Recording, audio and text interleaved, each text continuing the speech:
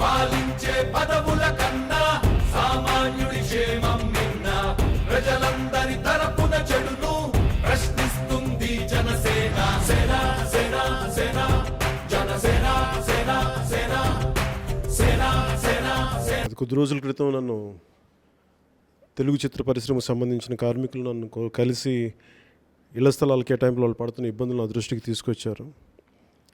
వారికి నేను ఇచ్చిన మాట ప్రకారం పెద్దలు పరుచూరి వెంకటేశ్వరరావు గారిని, బాలా గారిని, కాదంబరి కిరణ్ కుమార్ గారిని, శ్రీ కృష్ణమోహన్ రెడ్డి గారిని, మహానందరెడ్డి గారిని, వల్లభనేని అనిల్ కుమార్ గారి వారితో కలవటం జరిగింది. ఈ రోజున వారితో మీటింగ్ చెప్తే వాళ్ళు కూడా వాళ్ళ సాధక బాధలని నాకు తెలియజేశారు. ముఖ్యంగా చిత్ర పరిశ్రమ ఈ కాలనీకి సంబంధించింది ఏంటంటే, ఇది 1990లో మద్రాస్ నుంచి చిత్ర పరిశ్రమ ఇక్కడికి తరలించే పరిస్థితుల్లో ఇక్కడ అప్పుడు ఉన్న 4,000 మంది కార్మికులకు సంబంధించి ఒక 67 ఎకరాల స్థలం తీసుకున్నారు. ఆ స్థలంలో అది చాలా కొండలు రాళ్ళు పగలగొట్టి చాలా కష్టాల మీద లోన్స్ తీసుకొని చాలా ఇబ్బందుల్లో ఇది నా దృష్టిలో అప్పటి నుంచి తెలుసు నాకు. ఈ కేటాయింపులో కొన్ని ఇబ్బందులు పడ్డ కార్మికులు ఇవన్నీ నా దృష్టిలోకి మనం రావటం వల్ల ఇప్పుడు నేను కోరుకుంది కూడా ఏంటంటే, దాదాపు ఈ చిత్రపురి కాలనీ స్టార్ట్ చేసినప్పుడు 4,000 కార్మికులకి సంబంధించి వారి నివాసయోగ్యానికి ఉండేలాగా ఆలోచించి చేసింది. కానీ ఇప్పుడు చిత్ర పరిశ్రమ పెద్దదైపోయింది. దాదాపు 30,000 మంది పైన కార్మికులు ఉన్నారు ఇక్కడ. కానీ ఉన్న స్థలం సరిపోవట్లేదన్న దృష్టి కూడా అలా పోయినసారి నన్ను కలిసిన చిత్ర పరిశ్రమ కార్మికులు కూడా నా దృష్టికి తెలియజేశారు.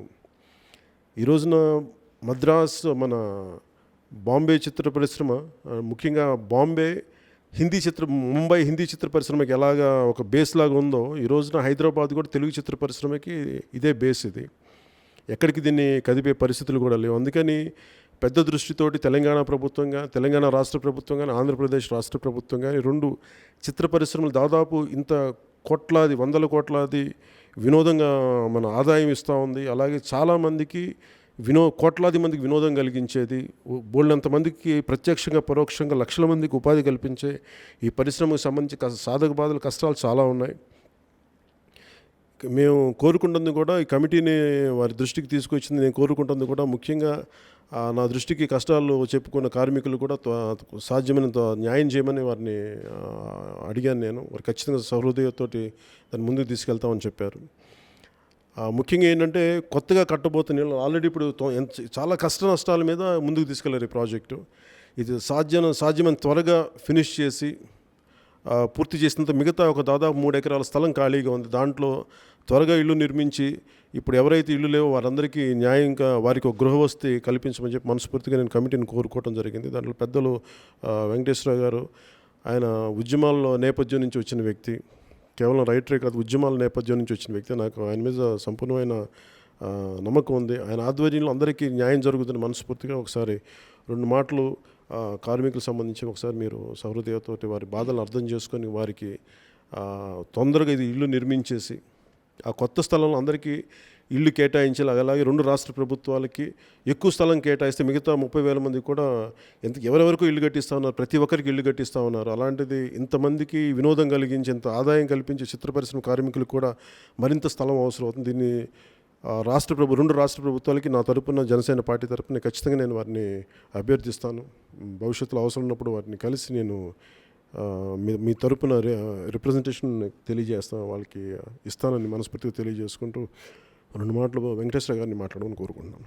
Thank you sir. మీరు ఇండస్ట్రీకి చాలా కావాల్సిన వాళ్ళు, మా ఆర్టిస్టులకి కూడా కావాల్సిన వాళ్ళు. మీరు తక్కువ మాట్లాడతారు, ఎక్కువ పని చేస్తారు, తెలుసు అందరికీ. నిజంగా మీ దృష్టికి మా వాళ్ళు తీసుకురావడం కూడా కరెక్ట్. ఎందుకంటే అది మీ వల్లే అవుతుందని వాళ్ళ ఉద్దేశం. మేము కూడా అందుకే వచ్చాము. యాక్చువల్గా మీరు అన్నట్టు 4,000 మందికి సరిపడే స్థలాన్ని ఇప్పుడు 40,000 మందికి సర్దటం అంటే చాలా కష్టమైంది. అందుకు ఈ ప్రాబ్లమ్స్ అన్నీ వచ్చినాయి. ఇవన్నీ ఒక్కొక్కటిగా మేము సాల్వ్ చేసుకుంటూ వస్తున్నాం. ఇంకా సాల్వ్ చేసే ప్రయత్నంలో ఉన్నాం. ఇంకా మీలాంటి వాళ్ళు ప్రభుత్వాన్ని అర్థించి, ఇప్పుడు ఆంధ్రప్రదేశ్ ప్రభుత్వం అయినా తెలంగాణ ప్రభుత్వం అయినా ఎక్కడైనా సినిమా ఇండస్ట్రీ నిలబడేది మాత్రం ఖచ్చితంగా హైదరాబాదే. ఇది అందరికీ తెలిసిన సత్యం. ఇది మద్రాసులో ఉన్నప్పుడే అనువైన ప్రదేశం అని అక్కడి నుంచి ఇక్కడికి వచ్చాం కనుక చాలామంది కావాల్సి వస్తుంది. కనుక మళ్ళీ ప్రభుత్వాన్ని అర్థించి ఆ పక్కనే 9.5 ఎకరాలు ఉంది. ఇంకా వాళ్ళు తలుచుకుంటే మొన్న కేటీఆర్ గారు పెద్ద పెద్ద గవర్నమెంట్ ఆఫీసర్లు అందరూ వచ్చి చూశారు, ప్రామిస్ కూడా చేశారు. మీరు కూడా రిక్వెస్ట్ మా తరఫున చేస్తే అది కూడా ఇస్తారు. అలాగే మాకు 3.5 acres ఆ చెరువు పక్కన ఉంది.